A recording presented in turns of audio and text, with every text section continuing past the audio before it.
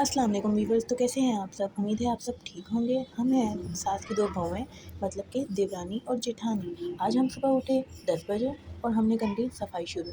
सफाई करने के बाद, झाड़ू करने के बाद पोछे की और घर धोने की बारी आती है।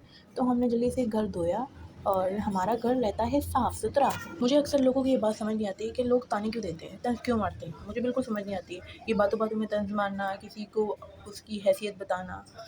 हाँ, अपनी बात किसी को ना बताएँ आप। ना अपनी सास को बताएँ, ना अपनी माँ को बताएँ। जो आपके कमरे में हो रहा है, आपकी बातचीत, आपके शौहर से लड़ाई हो रही है, जो भी हो रहा है, आप किसी को नहीं बताएँ। कोई तीसरा आकर आपकी मदद नहीं करेगा। अक्सर लोग ये गलती कर लेते हैं ना कि अपनी जैसी लड़ाई होती है, फ़ौरन आके बाहर बता देते हैं। तो इससे ये होता है कि वो जो लड़ाई 2 बंदों के बीच में ख़त्म होनी होती है ना, वो तीसरे बंदे की वजह से जल्दी ख़त्म नहीं हो पाती है।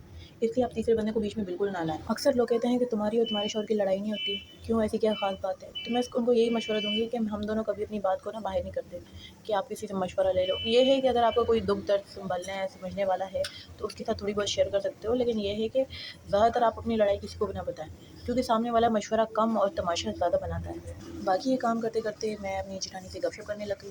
वो मुझे तरीके बता रही थी घर के काम करने के। ज़ाहिर-सी बात है, पहली बहू है वो, बड़ी बहू है, उसका हक बनता है कि वो मुझे जो सिखाएगी वो मैं सीखूँ उससे। अरे यार, बड़ी जेठानियाँ भी माँ की जगह होती है, ज़रूरी नहीं कि हर किसी की जेठानी बुरी हो, कुछ-कुछ की जेठानियाँ अच्छी भी होती है, जैसे कि मेरी। अच्छा, आप लोगों को पता है कि कल वैलेंटाइन डे था? मेरे हस्बैंड लेके आए मेरे लिए गजरे। मेरे को उम्मीद तो नहीं थी, लेकिन ये है कि वो लेके आ गए। मुझे इतनी खुशी हुई, क्योंकि ज़ाहिर-सी बात है, जब आप एक्सपेक्ट नहीं करते ना और कोई कर ले, तो बहुत खुशी होती है। लेकिन आप एक्सपेक्ट करते हो और कोई ना करे, तो फिर बहुत दुःख होता है। मेरे हस्बैंड दुनिया के सबसे अच्छे हस्बैंड हैं। I love my husband.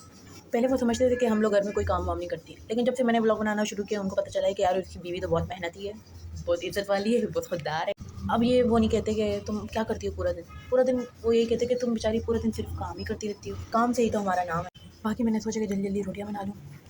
रोटियाँ देखो गोल बनानी चाहिए, बनती तो नहीं है मुझसे, लेकिन ये है कि मैं कोशिश करती हूँ तो गोल बन जाती है, क्योंकि मेरी अम्मी ने सिखाया नहीं ना मुझे। और जिस टाइम सिखाने की बारी आई, उस टाइम मेरी शादी हो गई। मेरी सास ने बोला कि कोई बात नहीं, इसको कोई काम नहीं आता तो खाया रहे, हम खुद ही कर लेंगे। लेकिन अब मुझे करना पड़ता है। शुरू-शुरू में लोगों के खाने जलते हैं और मेरे प्याज़ जलते थे।